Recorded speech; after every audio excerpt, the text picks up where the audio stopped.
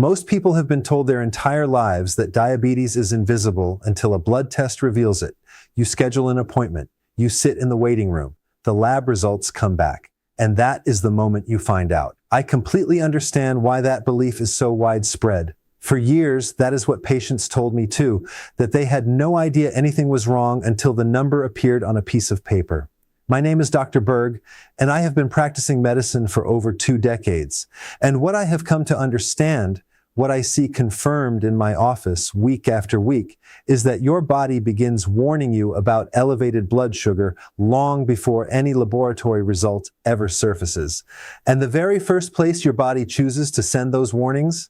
Your feet. The reason I am sharing this with you today is because of how many patients I have watched walk into my office, or worse, into an emergency room, carrying every single warning sign for months or even years without ever understanding what they were looking at. Today, I am going to change that for you. Just last month, I sat across from a patient, a 67-year-old man, retired, active lifestyle, no obvious complaints. He had come in for a routine checkup, feeling completely well.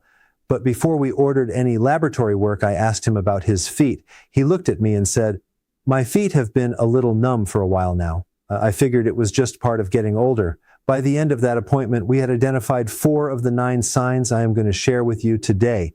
His fasting blood sugar came back at 214. He had been diabetic for over 2 years without a single day of awareness. So today, I want to show you exactly what I showed that patient. 9 signs that were already present on his feet and that are present on millions of feet right now that almost nobody recognizes for what they actually are. For each one, I will tell you what most people assume it is, what is actually happening inside the body, and one practical daily habit that can begin protecting you. The American Diabetes Association estimates that 1 in 5 Americans living with diabetes has absolutely no idea. That is more than 8 million people walking around right now with a silent condition, quietly damaging their nerves, their kidneys, their eyesight, and their feet. The encouraging truth is that a $12 blood test can catch this early. But first, you need to know what to look for. Let us get into it. The warning, most people have already. But I always ask my patients a follow-up question. Is this happening regularly without any clear positional reason?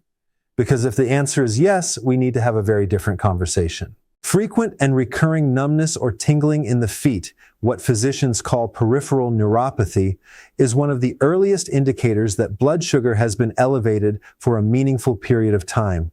The excess glucose circulating in the bloodstream gradually attacks the outer protective sheath surrounding the nerves. It is a slow and incremental process, which is precisely why the majority of people miss it entirely. According to the American Diabetes Association, peripheral neuropathy affects nearly 50% of all people living with diabetes.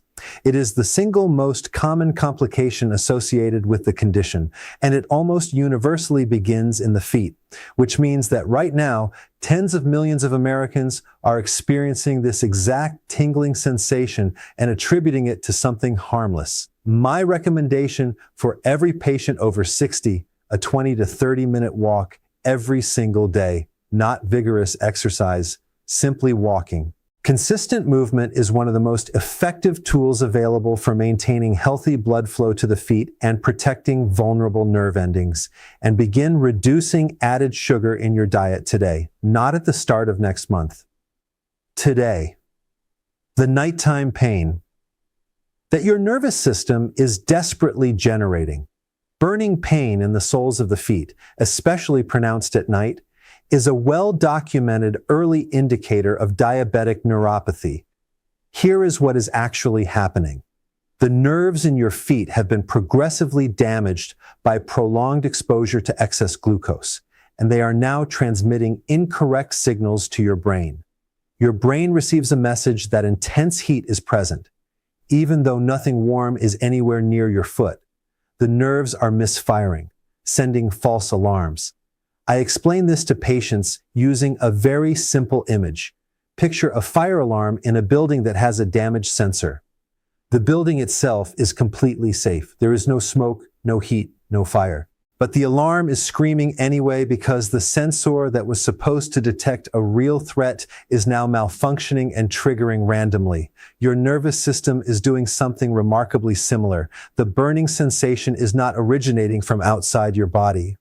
It is being generated from within damaged nerve tissue that is sending distress signals it was never meant to send. Research published in the journal Diabetes Care identified burning foot pain as one of the earliest reported symptoms in patients who were subsequently diagnosed with type 2 diabetes, frequently presenting 1 to 3 years before any formal diagnosis was made. 2 daily habits I recommend specifically for this sign. First, drink a minimum of 8 full glasses of water every day.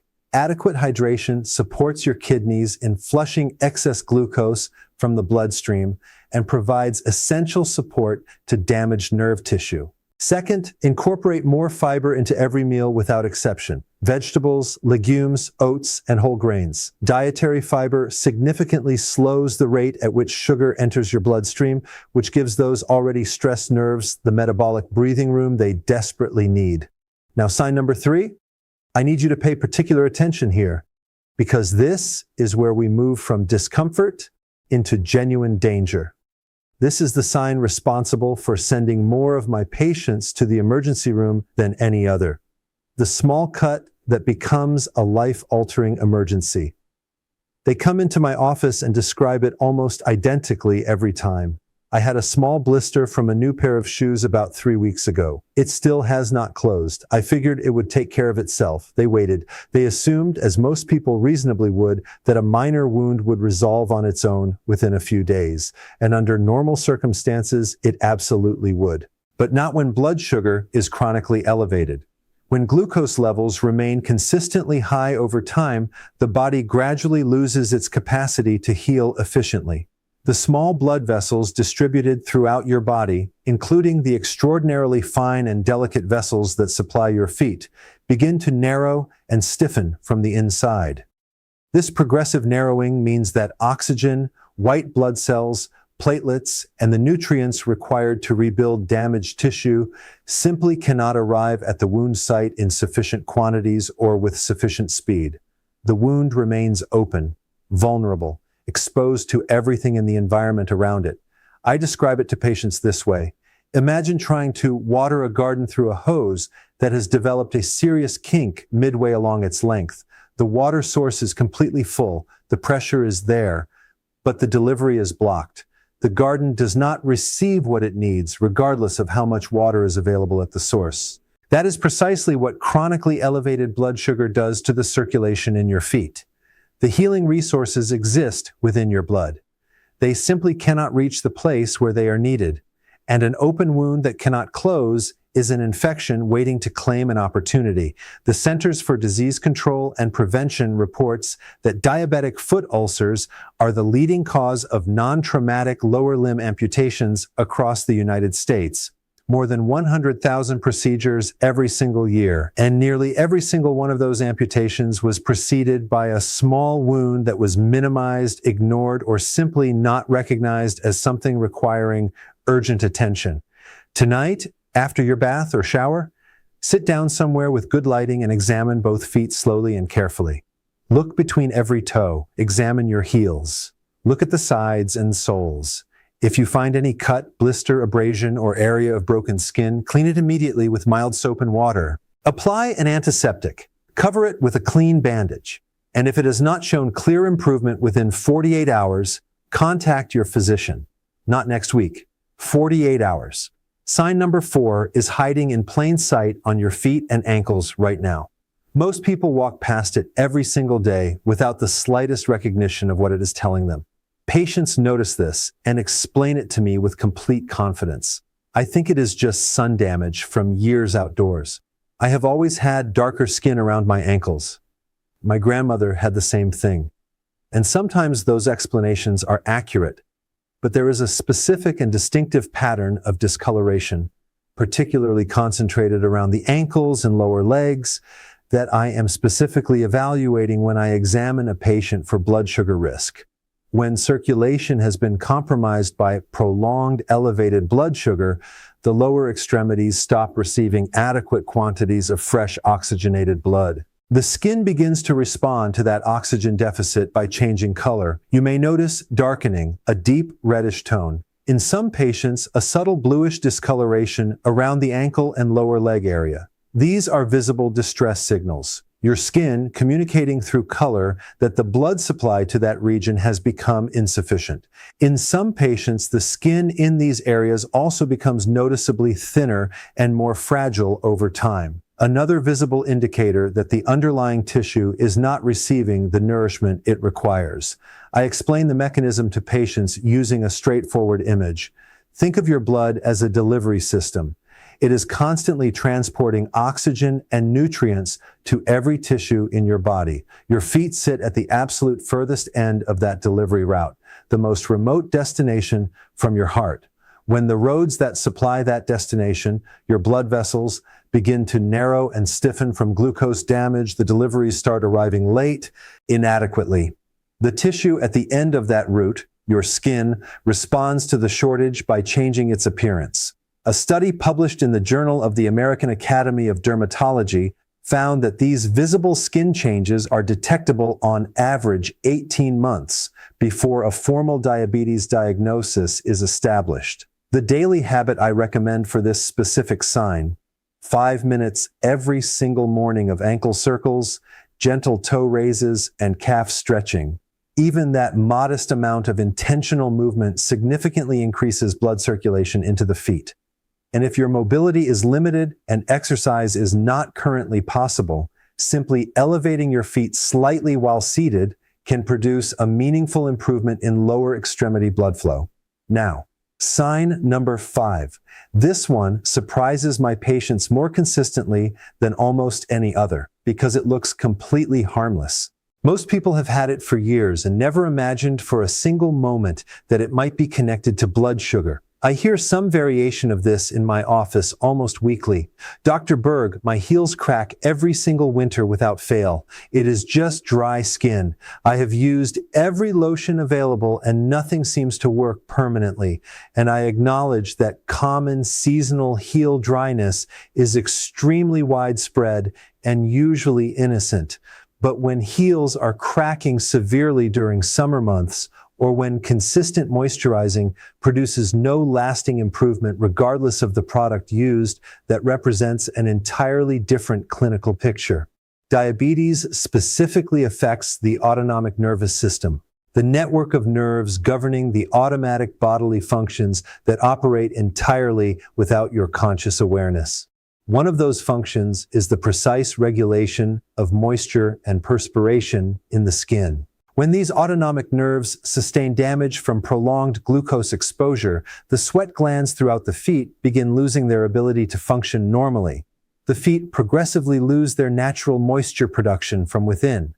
No quantity of externally applied lotion can correct that underlying cause. I use this image to help patients understand it.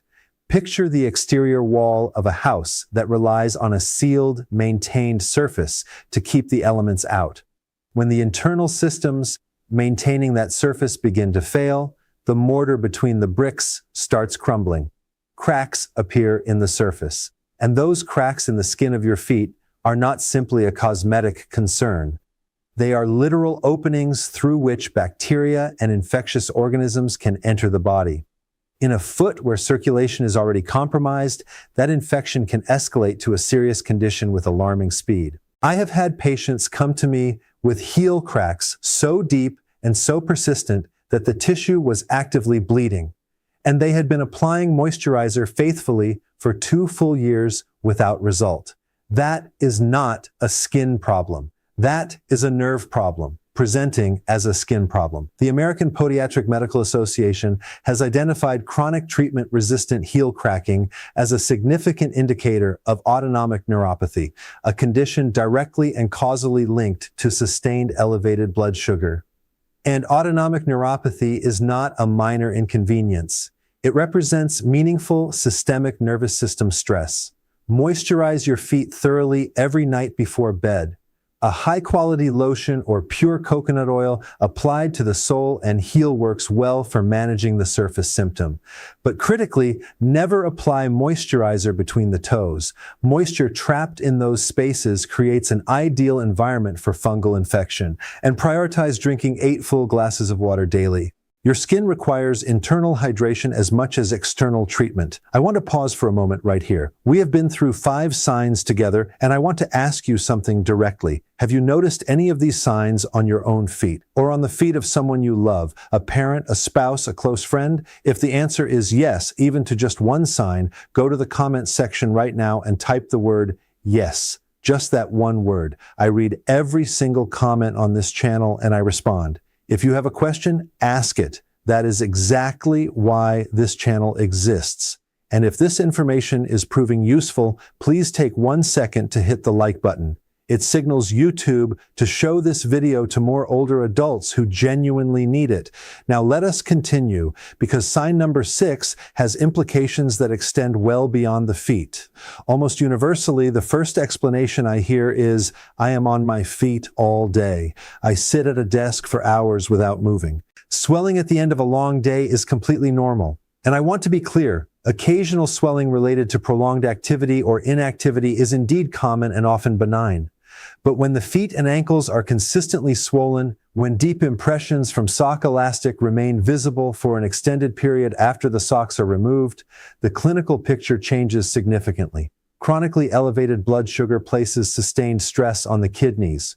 The kidneys are responsible for regulating the precise fluid balance throughout your entire body. When kidney function becomes impaired by years of glucose exposure, that regulatory capacity diminishes. Fluid that would normally be processed and eliminated by the kidneys begins accumulating in the lowest region of the body, your feet and ankles.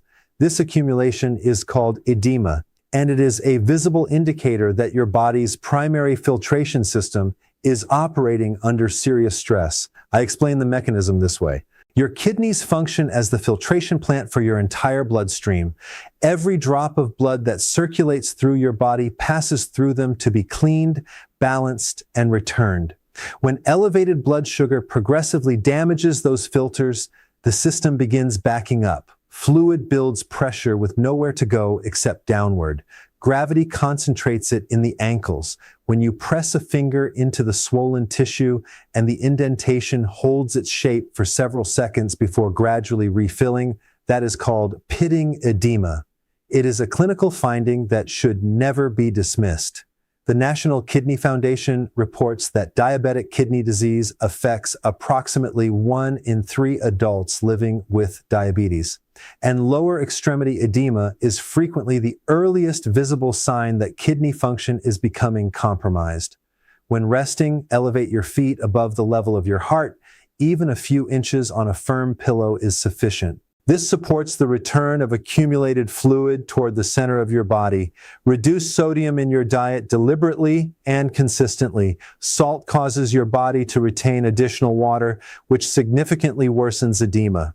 Read the labels on canned and packaged foods. Sodium content in processed products is frequently far higher than people realize.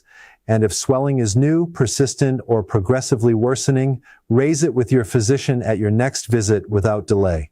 Sign number 7 is the one I see most frequently misdiagnosed. And by the time patients discover what has actually been happening, they have spent months managing a symptom that was never the real problem. I hear this account with remarkable consistency, particularly from male patients. I have been managing this foot pain with ibuprofen for months.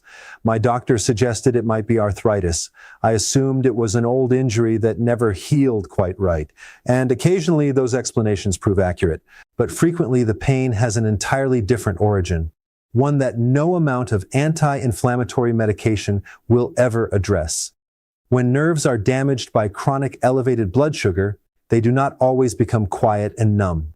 In a significant percentage of cases, they become hyperactive. Rather than falling silent, damaged nerves begin firing intense and random signals that the brain interprets as severe and localized pain. Patients describe the sensation with striking consistency: stabbing, a sudden electric shock sensation, a feeling like a hot needle being driven directly through the foot. This pain characteristically intensifies during the night when there are no competing sensory inputs to dilute it. I use this image to help patients understand what is happening. Think of a car alarm that was damaged in a minor collision. Every few minutes it begins screaming, loudly, insistently, urgently. But no one is near the car. Nothing is being stolen. The alarm is simply broken. It is generating alarm signals because the mechanism that was supposed to detect a genuine threat has been damaged and can no longer distinguish real danger from no danger. A damaged nerve operates in exactly the same way. It sends pain signals to your brain when nothing in the external environment is causing any actual harm. The pain is completely real in your experience, but its source is nerve dysfunction rather than injury. And taking ibuprofen to manage that pain does not repair a damaged nerve. What it does is suppress the signal your body is attempting to send you. Suppressing a distress signal when your nervous system is asking for help is precisely the wrong response. A landmark study published in the New England Journal of Medicine found that painful diabetic neuropathy affects approximately 25% of people living with diabetes and is routinely misidentified as arthritis, tendinitis, or age-related joint deterioration. Every morning before getting out of bed, 5 minutes of gentle foot and ankle mobility work. Flex your feet slowly. Rotate your ankles in full circles in both directions. Draw your toes back gently toward your shin. Get meaningful blood flow established before you place any weight on your feet. And each evening before sleep, 3 to 5 minutes of gentle massage across the sole and up through the ankle. Light circular pressure. Your nerve tissue responds positively to this kind of gentle, consistent stimulation. Sign number 8 tells me, more than almost anything else I observe, how far the underlying process has already progressed. Dr. Berg, I have always had cold feet. My husband jokes about it. My wife has had permanent claim on the heated blanket for 20 years, and I genuinely appreciate the humor. But then I ask the follow-up question that matters. Are your feet cold in July? Are they cold underneath 3 blankets when the rest of your body feels completely comfortable? Because that is when my level of concern increases substantially. Feet that remain persistently cold regardless of the ambient temperature, cold during summer, cold under heavy covers, cold even when the rest of the body is warm, are a consistent and reliable indicator of significantly compromised blood circulation in the lower extremities. The blood vessels supplying your feet have narrowed or stiffened to a degree where adequately warmed blood is not reaching the far ends in sufficient volume.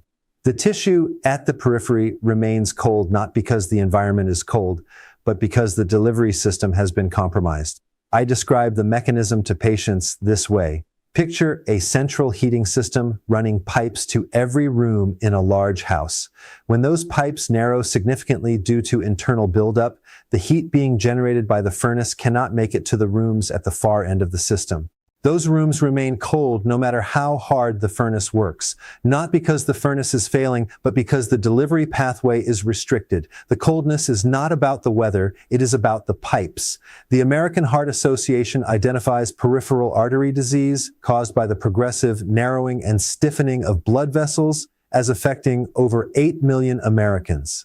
Diabetes represents the single largest independent risk factor for this condition, and persistent cold feet are among its earliest and most consistent presenting symptoms. The most effective daily intervention here is a 30-minute brisk walk, not a leisurely stroll, a purposeful, arm-swinging cardiovascular walk. This actively forces blood circulation into the feet and lower legs, progressively strengthens blood vessel walls, and over time can contribute to reversing some of the early narrowing that has occurred. If 30 minutes feels overwhelming right now, begin with 10. The critical factor is not duration. It is beginning today rather than postponing. And now, sign number 9, the one almost nobody ever discusses, the one I have never encountered in a standard patient information brochure, the one most people, including many physicians, walk right past. But once you know it, you will never be able to unsee it. I look at the lower leg, at the top of the foot, and I observe a visible absence of hair in areas where it would normally be present. I point it out to the patient. They look down, they pause. I never noticed that before, and that is precisely the problem. It is a quiet sign. It requires no pain to announce itself. It produces no discomfort. It is simply an absence. And absences are far harder for people to notice than presences. Hair follicles require a consistent and adequate supply of oxygenated blood to sustain their function. When circulation has been meaningfully impaired by long-standing elevated blood sugar, the follicles in the feet and lower legs begin receiving insufficient blood flow. Initially, they become less productive. Over time, in areas of significant circulatory compromise, they cease producing hair entirely. That hair loss is a visible and measurable marker of blood vessel damage that has, in many cases, been progressing silently for years. I use this image to help patients understand it. Think of hair follicles as small individual plants in a garden. Each plant needs a reliable water supply delivered through an irrigation system to survive and produce. When the irrigation pipe servicing that section of the garden progressively narrows or becomes partially blocked, the plants do not die suddenly and dramatically. They simply gradually stop thriving. Production slows, then stops. The absence of growth is the garden's way of communicating that the delivery system has been compromised. Your body is doing precisely the same thing. The absence of hair is your body communicating something important about the health of its blood vessel infrastructure in a language that is completely visible if you know what you are reading. Research published in the journal Diabetes, Obesity, and Metabolism found that hair loss on the lower extremities correlates significantly with peripheral vascular disease in patients with diabetes, and represents a reliable and frequently overlooked sign that physicians are specifically trained to identify during a thorough foot examination. Immediately after this video ends, look at your lower legs and the tops of your feet. If hair is significantly thinner than on the upper leg, noticeably patchy, or absent in areas where it once grew, schedule a blood glucose test within this week, not within this month. This week. A basic fasting glucose test costs approximately $12 at any certified laboratory and is covered by Medicare. $12. It is one of the most cost-effective health investments available to any person over 60. You have worked for the life you have, for your independence, for your ability to do the things that matter to you and spend time with the people you love. Do not allow something as identifiable and as manageable as blood sugar to quietly take any of that from you simply because no one gave you the information to recognize it. You have that information now. If you found this video genuinely valuable, share it right now. Tag a family member, a friend, a neighbor, someone you care about who you think needs to see this. You may be giving them something they did not know they were missing. And if you want to continue having conversations like this one about the health information that matters most for adults over 60, the kind of information that rarely makes it outside a physician's examination room, subscribe to this channel. I release a new video every single week. Bring someone you care about along with you. I am Dr. Berg. Stay aware, stay proactive, and take care of those feet. I will see you in the next one.